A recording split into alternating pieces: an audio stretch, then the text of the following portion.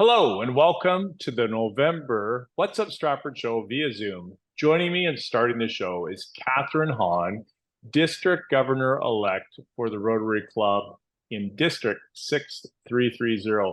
Katherine, that's a mouthful. It is. It is. Thanks for having me today, Peter. What is 6330? Yeah. So 6330 is the district that our Rotary Club of Stratford belongs to. So in the Rotary world, we start at the bottom level with a club level. Clubs are all within an area. The areas are in a district, and districts belong to a zone, which is part of the international part of Rotary. So it's just sort of a way for us to stay in touch with clubs that are nearby to our area. And how near is the district? Doesn't it go into Michigan or something? Yeah, so our district goes from Lions Head over almost as far as Collingwood and then down into near Flint, Michigan. So it's a pretty large area that we cover. 56 clubs in two countries. So it's quite impressive. Amazing. We will get to polio, but why did you join Rotary 2 decades ago? 2 decades ago, I had young kids. They were just starting to be involved in sports and after-school activities. I was busy. I didn't have the skill set to be a coach for a lot of the things that they were doing. And I was at a wedding one day and said, it would be really nice if I could find a way to give back to the community. And I happened to be with Dr. Linda Bays, who said, hey, I happen to belong to a service organization that does just that, finds ways to give back to the community. So really, that's all that I knew about Rotary when I first joined. Yeah, perfect. Well, let's talk about community and how possibly polio is a global issue. Give me the date that you and Evan went to India with the NID program, and what is that? Tell us about your experience.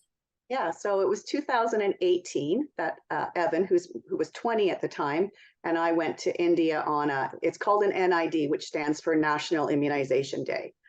And so at that time, India had been polio free for 3 years.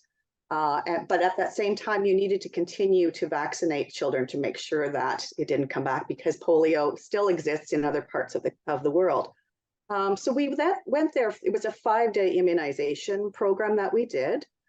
First, we had a little bit of training about what to expect in the villages that we went into. And on the days of immunization, we took a little sort of a minivan into these small towns.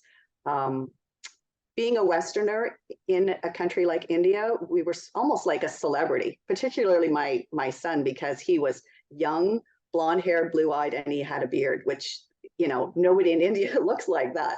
So we went into this little village. We were greeted by all of the villagers. They all came out. There were no issues at all about convincing families that they needed to bring their children for immunizations. So it was just 2 drops into the mouths of infants mostly, and young children. And at the same time, they did a little bit of prenatal care as well with expecting mothers. Probably the most heartbreaking immunization that I did that day, there were 2 little children who were probably amongst the last of the kids in that area to have contracted polio.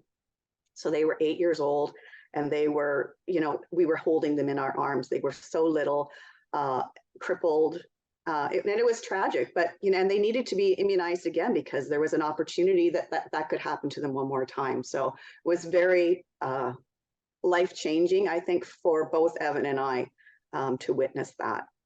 And Evan's, I think, a different person after that experience. It was really, I'm so grateful that I took him with me because it really opened his eyes up to, you know, what it's like to live in a third world country.